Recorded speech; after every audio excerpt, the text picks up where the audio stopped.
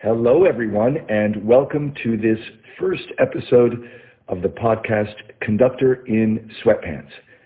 My name is Chris Shepard, and I am your conductor in sweatpants.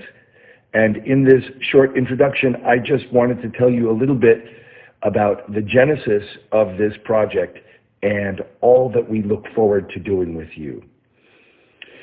I began this project, Conductor in Sweatpants, because I was a conductor who hung around in sweatpants the entire time through lockdown in 2020 and 2021.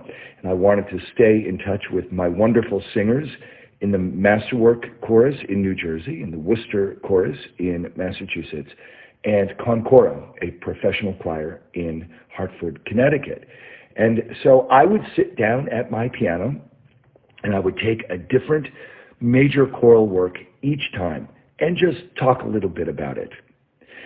The first season of this podcast are those recordings. So you'll hear me mention COVID from time to time, which luckily we don't seem to have to do very much anymore. And in those first dozen or so episodes, I look at a range of some of the most popular oratorios like Handel's Messiah and Haydn's Creation, Mendelssohn's Elijah, as well as a handful of pieces that I particularly love that are not necessarily so well known. Who is this podcast for? Well, obviously it is for choral singers and for choral conductors and for aspiring choral conductors. What we all know in those three categories is that there is so little time in rehearsal when you have to learn the notes, learn the rhythms, learn the words, come together to find a great interpretation for performance. There is so little time to look at how the music itself is constructed or to look at the background of that music, where it came from, what the composer is like in his or her natural compositional style. And so this podcast was a chance in that year and a half of relaxation and meditation to take some time and do what we can't ever do, it seems, in rehearsals. It is also for those of you who go to choral concerts.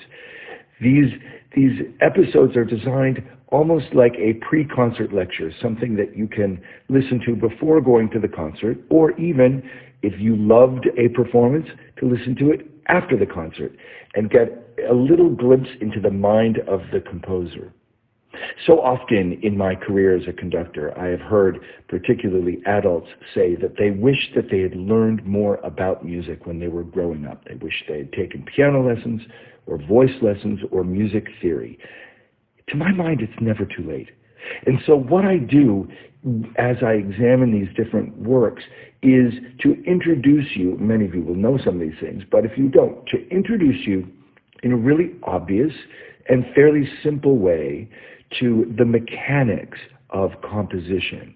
In this sense, I talk about the composer not just as an artist, and so often we think about that. We think about these genius composers, and yes, obviously they were geniuses, and obviously they were touched with the spark of inspiration. But the truth is that when you are faced with a book full of empty manuscript paper, it can't all just be from the top of your head genius inspiration. You need to get that initial idea, so often what we call a motive or a cell, just like in the human body, and then generate all of the material for a movement from that. And although you do need to learn, in learning how to be a composer, you need to learn a lot about how to manipulate those ideas, those motives, those cells. The truth is that the basic process is not really all that complicated.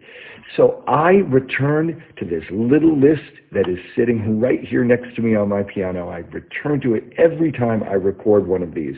I'm going to throw these words out, and don't even worry about them. But just so you get some sense, these are the TION words: repetition, variation, fragmentation, ornamentation, inversion, modulation, harmonization, canonic imitation, transposition, augmentation, diminution, syncopation, and some other words that are not T-I-O-N.